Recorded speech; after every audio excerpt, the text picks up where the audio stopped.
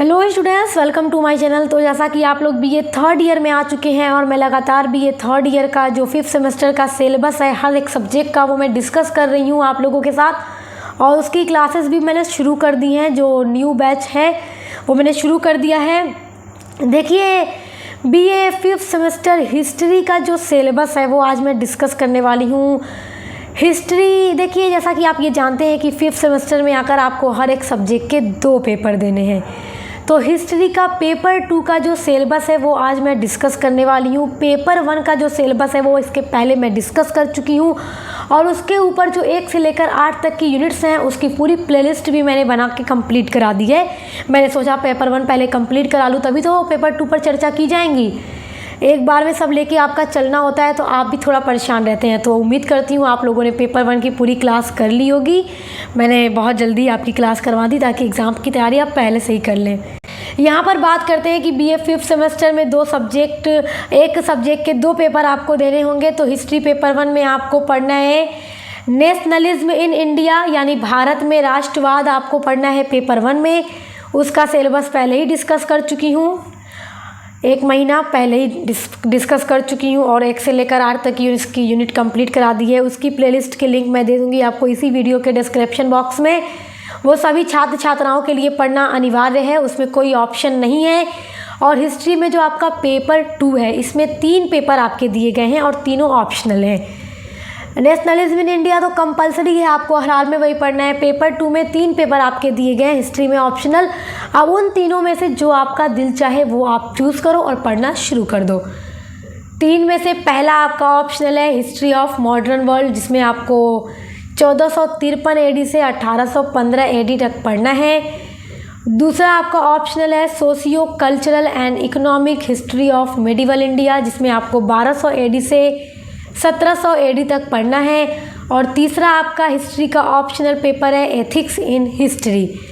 तो ये हो गए आपके 3 ऑप्शनल पेपर। अब इसमें से जो स्टूडेंट्स जो पढ़ते हैं वो उसका सिलेबस मेरे चैनल पे देखकर पढ़ना शुरू कर देंगे। आज मैं हिस्ट्री ऑफ मॉडर्न वर्ल्ड जो पेपर 2 है उसका सिलेबस डिस्कस करने वाली हूँ, जो 1453 AD से 1815 AD तक आपको पढ़ना है। तो इसकी जो क्लासेस हैं वो मैं करवा चुकी हूँ पहले ही। तो वो कहाँ से आपको पढ़ना है, प्लेलिस्ट कैसे आपको मिलेगी, वो वीडियो के एंड में मैं आपके साथ डिस्कस करूँगी। पहले आपकी यूनिट्स तो देख लें क्या क्या हैं, उसके बाद तो बताऊँगी कि पढ़ना कहाँ से है। चलिए, तो वीडियो में एंड देखिएगा, बहुत इंपॉर्टेंट है आपके लिए। आपकी जो पूरी क्लासेस है ना वो 1 दिन में ही आप चाहेंगे तो कवर कर लेंगे, आपके ऊपर निर्भर करता है ना। चलिए, यूनिट नंबर 1 है आपका political and religious structure of Europe in the early 15th century. Political मतलब राजनीतिक एंड रिलीजियस यानी कि धार्मिक, स्ट्रक्चर मतलब संरचना, ऑफ यूरोप की, in the early 15th century. Early मतलब शुरुआत में, 15वीं शताब्दी के। तो आपका यूनिट नंबर 1 क्या कह रहा है, political and religious structure of Europe in the early 15th century. 15वीं शताब्दी के शुरुआत में यूरोप की जो राजनीतिक यानी पॉलिटिकल एंड रिलीजियस यानी धार्मिक जो स्ट्रक्चर था, संरचना थी, उसके बारे में आपको पढ़ना है यूनिट नंबर 1 में। तो यूनिट नंबर 2 आपका देखते हैं रेनेसा यानी कि पुनर्जागरण। और जब वर्ल्ड हिस्ट्री की बात आती है तो यहीं से आपका टॉपिक शुरू होता है। तो इससे पहले आपको पढ़ लेना है कि क्या स्थिति थी यूरोप की 15वीं शताब्दी में लगभग, जो उसकी राजनीतिक और आर्थिक स्थिति थी, धार्मिक स्थिति थी, वो कैसी थी। यूनिट नंबर 2 में पढ़ना है रेनेसा पुनर्जागरण के बारे में, its causes, feature and impact. Causes यानी कि कारण क्या थे, पुनर्जागरण यूरोप में हुआ, कहाँ पर हुआ, इटली में हुआ। तो सबसे पहले इटली में हुआ, तो उसके क्या कारण थे। फीचर्स यानी रेनेसा की क्या क्या फीचर्स हैं या कैरेक्टरिस्टिक्स आप कह सकते हैं। एंड इम्पैक्ट यानी क्या प्रभाव पड़ा। हिंदी में बताती हूँ, पुनर्जागरण होने के कारण, उसकी विशेषताएं, और इम्पैक्ट यानी प्रभाव आपको पढ़ना है, जिसके ऊपर ऑलरेडी मैंने वीडियो बनाई है जो कि डिस्कस करूँगी मैं आपके एंड में इसी वीडियो के। चलिए, यूनिट नंबर 3 देखते हैं reformation movement in Europe and role of Martin Luther. Reformation यानी कि सुधार, मूवमेंट मतलब आंदोलन, इन मतलब में, यूरोप मतलब यूरोप में सुधार आंदोलन, धर्म सुधार आंदोलन, एंड रोल, भूमिका of Martin Luther. Martin Luther जो कि धर्म सुधारक थे, एक जर्मनी के थे ये। इन्होंने क्या रोल निभाया, क्या भूमिका निभाई यूरोप में धर्म सुधार आंदोलन में, वो सारी चीज़ें डिटेल में यूनिट नंबर 3 में आपको पढ़ना है। यूनिट नंबर 4 है आपका रिलीजियस वॉरफेयर। रिलीजियस का मतलब धार्मिक, वॉरफेयर यानी युद्ध, जो धार्मिक युद्ध हुए इन द 30 ईयर्स वॉर। जो 30 ईयर वार था, 30 साल का जो युद्ध था, रिलीजियस वॉरफेयर धार्मिक जो युद्ध था, उसके बारे में डिस्कस करना है, पूरा डिटेल में एकदम पढ़ना है यूनिट नंबर 4 में। यूनिट नंबर 5 है आपका ग्लोरियस रिवॉल्यूशन।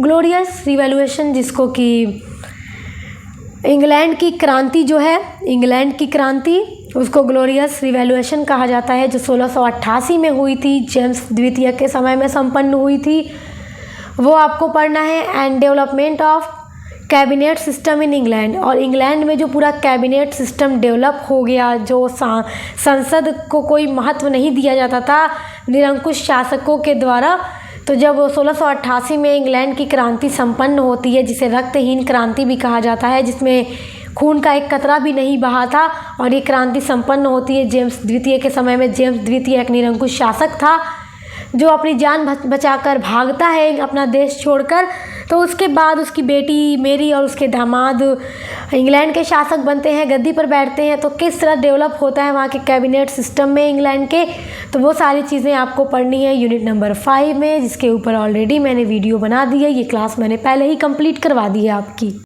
यूनिट नंबर 6 है आपका industrial revolution in 18th century. Industrial मतलब औद्योगिक, रिवॉल्यूशन मतलब क्रांति, औद्योगिक क्रांति इन 18th सेंचुरी। 18वीं शताब्दी में जो औद्योगिक क्रांति हुई, इंडस्ट्रियल रिवॉल्यूशन हुआ, इंग्लैंड में हुआ सबसे पहले, तो वो सारी चीज़ें आपको यहाँ पढ़नी है। ये औद्योगिक क्रांति सबसे पहले आखिर इंग्लैंड में क्यों हुई, औद्योगिक क्रांति की क्या विशेषताएं हैं, औद्योगिक क्रांति होने के क्या कारण हैं, सारा कुछ मैं आपको पढ़ना है इसमें। और उसके बाद है अमेरिकन रिवॉल्यूशन, अमेरिका की क्रांति, इन दोनों के ऊपर भी डिटेल वीडियो मैंने करा दी है पहले ही। यूनिट नंबर 7 है आपका French revolution, causes, significance and impact on world. France की क्रांति, फ्रांस की क्रांति को वर्ल्ड हिस्ट्री में बहुत इसको ऐसी घटना मानी जाती है जैसे ये एक ऐसी क्रांति थी जिसका प्रभाव देश पर पड़ता है, पूरी दुनिया पर पड़ता है। इसके क्या कॉजेज़ यानी क्या कारण थे, सिग्निफिकेंस इस क्रांति का क्या महत्व था, इम्पैक्ट इस क्रांति का क्या प्रभाव पड़ा ऑन वर्ल्ड संसार पर। फ्रांस की क्रांति के कारण, फ्रांस की क्रांति का सिग्निफिकेंस यानी महत्व, और फ्रांस की क्रांति का प्रभाव संसार पर क्या पड़ा, इसके ऊपर भी एक डिटेल क्लास मैं करवा चुकी हूँ, सब बताऊँगी अभी पढ़ना कैसे है आपको, कहाँ से।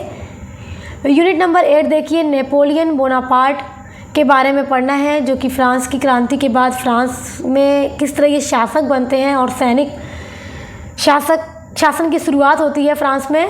रिफॉर्म्स जो कि नेपोलियन बोनापार्ट ने जो सुधार किए फ्रांस में, वो सारी चीज़ें देखना है। Continental system and his foreign policy जो थी, कॉन्टिनेंटल सिस्टम का मतलब नेपोलियन बोनापार्ट की जो महाद्वीपीय व्यवस्था थी उसका जो सिद्धांत है वो आपको पढ़ना है। And his foreign policy, Napoleon Bonaparte की जो विदेशी नीति है उसके बारे में यूनिट नंबर 8 में पढ़ना है। आइए अब डिस्कस कर लेते हैं आपको यूनिट्स कहाँ मिलेंगी पढ़ने के लिए बिल्कुल फ्री में। जैसा कि स्टूडेंट्स मैंने आपका सिलेबस डिस्कस कर लिया और आप समझ गए आपको क्या क्या चीज़ें paper 2 history of modern world में पढ़ना है।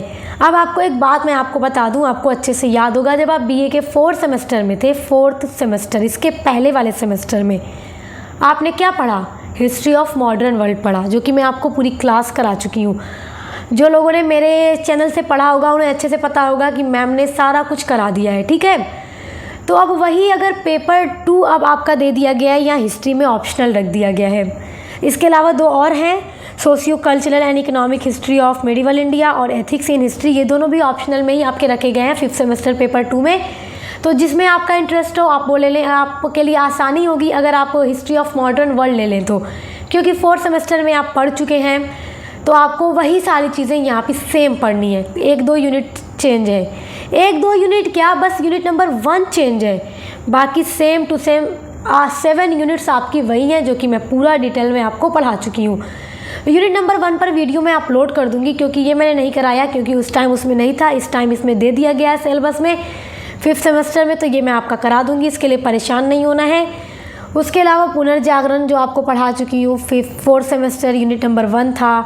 मार्टिन लूथर का धर्म सुधार आंदोलन था, यूनिट नंबर 2 में आपको पढ़ा चुकी हूँ BA 4th सेमेस्टर हिस्ट्री में। और जो ये देखिए यहाँ पर रिलीजियस वॉरफेयर है, हाँ ये नहीं था उस टाइम BA 4th सेमेस्टर में, ये आपके सिलेबस में नहीं प्रिस्क्राइब था, 5th सेमेस्टर पेपर 2 में प्रिस्क्राइब्ड है। तो unit number 1 and unit number 4 जो है बस चेंज है, बाकी 6 यूनिट सेम है। यहाँ पर ग्लोरियस रिवॉल्यूशन है, पूरा इंग्लैंड की क्रांति है, ये भी मैंने आपको पढ़ा दिया है। और 4th सेमेस्टर हिस्ट्री में आपने औद्योगिक क्रांति भी पढ़ ली है और अमेरिका की क्रांति भी पढ़ ली है, जो कि मैंने डिटेल में अच्छी लॉन्ग क्लास दी है आपको फुल डिटेल नोट्स के साथ। फ्रांस की क्रांति के ऊपर भी मैंने डिटेल में वीडियो बना दी है, पूरा एकदम लॉन्ग नोट्स आपको दिया है। उसके बाद नेपोलियन बोनापार्ट के बारे में भी मैंने पूरा करा दिया है, यानी कि यूनिट नंबर 2, 3, 5, 6, 7 एंड 8 यहाँ से आपको पूरा मिल जाएगा। जो आपने BA 4 semester history of modern world में पढ़ा है वही आपको हिस्ट्री पेपर 2 5th सेमेस्टर में पढ़ना है। तो आप आज ही से अपनी पेपर 2 की क्लास शुरू करना चाहते हैं तो मैं लिंक दे दूँगी BA 4 सेमेस्टर हिस्ट्री प्लेलिस्ट की, तो आप वही पढ़िए, क्योंकि चीज़ें वही हैं। कुछ बदल जाएगा क्या? नहीं बदलेगा, जो है सो है। हिस्ट्री आप बदल सकते हैं नहीं, जो चीज़ें थी वही आपको पढ़नी है। आपको मेन कॉन्सेप्ट क्लियर होना है, आपको मेन नोट्स चाहिए, आपको मेन समझ में आना चाहिए बातें अच्छे से, कहानी की तरह मैंने करा दिया है। तो आप आज ही से शुरू कीजिए पेपर 1 एंड पेपर 2 की क्लास। लिंक आपको मिलेगी इसी वीडियो के डिस्क्रिप्शन बॉक्स में, एक प्लेलिस्ट होगी BA 4 सेमेस्टर हिस्ट्री की, उसमें चेक करेंगे तो पेपर 2 पूरा मिल जाएगा। और उसके अलावा जो अदर 2 ऑप्शनल है, socio cultural and economic history of medieval India या फिर एथिक्स इन हिस्ट्री, इसका सिलेबस जल्द डिस्कस करके क्लास शुरू कराई जाएगी चैनल पे। और यूनिट नंबर 1 एंड 4 आपकी अलग है, तो इस पर वीडियो मैं बना दूंगी, तो आपको परेशान नहीं होना है। पढ़ना शुरू कीजिए, आज से ही मज़े में रहिए, पढ़ना शुरू कीजिए।